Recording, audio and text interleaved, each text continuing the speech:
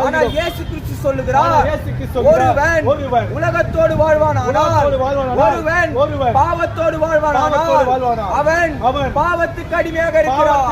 அவன் பாவங்களை மன்னிக்கும்படியே இயேசு கிறிஸ்து அந்த கல்வாரி சிலுவையில் உனக்காகவும் எனக்காகவும் அடிக்கப்பட்டார்.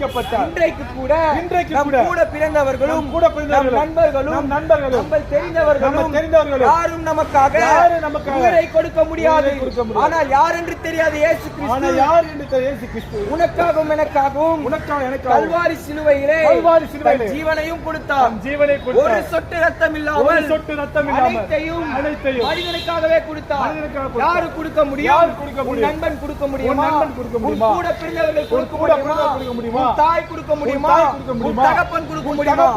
ஆனால் இவர்கள் எல்லாம் கொடுக்க முடியாத ஒரு பாவ மன்னிப்பை இயேசு கிறிஸ்து தருகிறார்.